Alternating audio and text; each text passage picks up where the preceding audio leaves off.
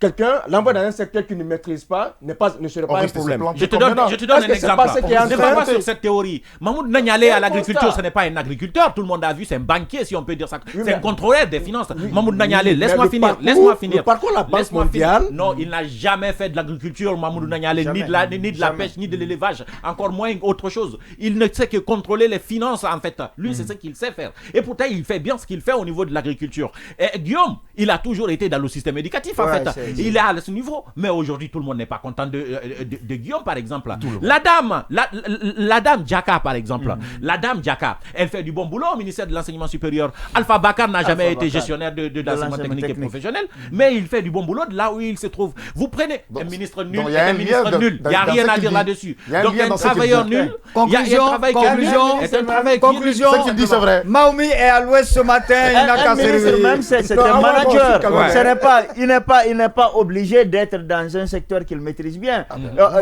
En fait, c'est un manager. Lorsque tu as une vision globale de la chose, tu peux t'en sortir. Rappelez-vous qu'il y a beaucoup de ministres qui se sont illustrés dans des domaines où ils n'étaient pas véritablement des spécialistes. Ça arrive très souvent. Et d'ailleurs, la nomination de ministre est une nomination politique. C'est sa capacité à se faire entourer, à envoyer des gens au niveau du cabinet, du secrétariat général de son département. C'est cette capacité-là, cette capacité à leur faire travailler qui compte. Sinon, on ne peut pas me dire que Kourouma, qui a été ministre de l'enseignement préuniversitaire, connaît mieux le système.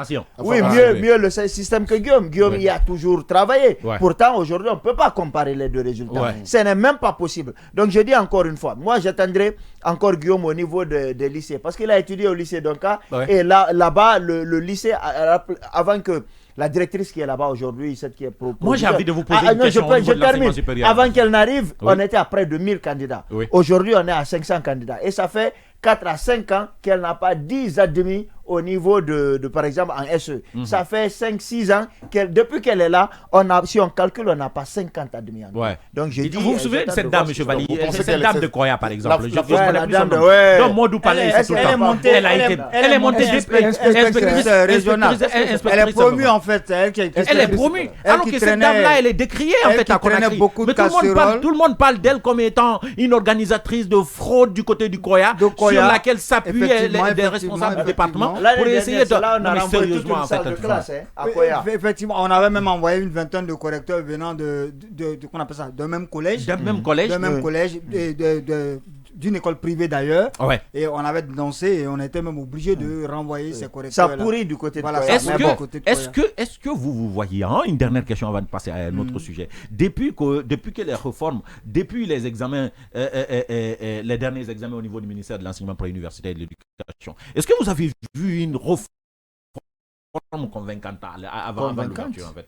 Est-ce que vous avez vu une réforme? Ça dépend de la compréhension. Est-ce que vous avez vu une réforme qui donne de l'espoir? C'est relatif. C'est relatif. Moi, je pense que la plus grande réforme à laquelle moi je m'attends, c'est le renforcement des capacités. Oui, mais Maoumi, on vous a demandé, est-ce que vous avez vu une réforme? On n'a pas dit quel est le désir de réforme que vous avez. Parce qu'en termes de réforme, il n'y en a pas. Il n'y en a pas réellement. Il n'y en a pas réellement. La dernière fois, j'ai défendu quelque chose et après, quelqu'un m'a descendu. C'était sur l'instauration de l'anglais à l'élémentaire, par exemple. J'étais avec des cadres qui sont chargés de ce dossier qui m'ont dit, mais attendez, cette expérimentation, nous l'avons faite avant lui. Déjà, sous Maurice Sangaré, il y a eu des phases pilotes qui ont été conduites. On a constaté que, par exemple, en première année, en deuxième année, les enfants n'étaient pas du tout outillés pour apprendre l'anglais. Ce n'était pas du tout possible.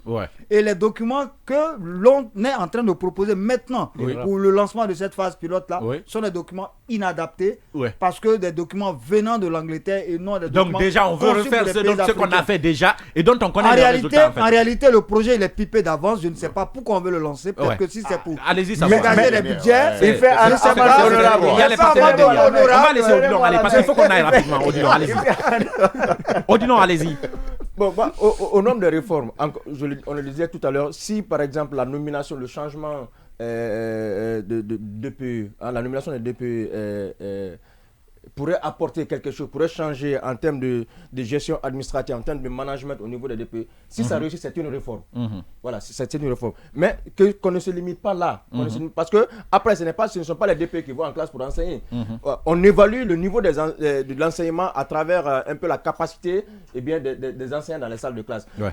Je pense bien que Guillaume ne se limitera pas là, qu'il mette en place un programme, un réel programme de renforcement des capacités des enseignants. Là, à ce niveau, on pourra se dire que oui, il y a un débat. Nous sommes à moins de 2 mois de la rentrée. Hein. J'ai l'impression que le bateau tangue et que ça va couler. Allez-y. Les réformes, c'est énorme. Hein. C'est les réformes que Guillaume a eu à faire. C'est beaucoup. N'essayez pas de sous-estimer les réformes. Je suis sûr que tu ne peux pas citer 2. Non, je vais citer 2. Hein, on a démantelé un groupe WhatsApp qui était en train de... Oh là là. C'est une réforme. Vous m'avez parlé de réforme. Soyons sérieux. Non, je cite moi. Nous avons militarisé les examens. C'est une bande qu'on a découverte. C'est une bande qu'on a découverte. C'est une réforme. Vous êtes en train de... Non. La démagogie à l'état. C'est ce qui va nous dire. Vas-y, c'est ça ta réforme. C'est pas négligé. Je suis sûr, vas-y. Nous avons... C'est même pas une réforme. Non, on va le laisser aller. Vas-y, groupe WhatsApp qui envoyait les copies, qui envoyait des sujets au niveau des salles de classe. Nous avons militarisé les examens. On a terrorisé les enfants. Non, on a terrorisé les enfants lors des examens. Ce sont des réformes que Guillaume va se taper la poitrine. On a réduit aujourd'hui les examens à un néant avec des résultats pourris. Ce sont des réformes aujourd'hui. Mais l'autre réforme peut-être positive que je suis en train de dire, c'est peut-être la nomination de ces inspecteurs et ces DPE. Attendons voir, ces DPE-là peuvent faire peut-être bien. Ah oui, Yacine, pour finir. Alors, moi, j'ai constaté 3 grandes réformes depuis la fin des examens qui n'apporteront pas grand-chose. La première réforme, c'est bien entendu l'instauration de l'anglais au niveau de l'enseignement préuniversitaire, au niveau du primaire. Oui, même cette phase pilote, j'étais de ceux qui estimaient que ce n'était pas une bonne idée.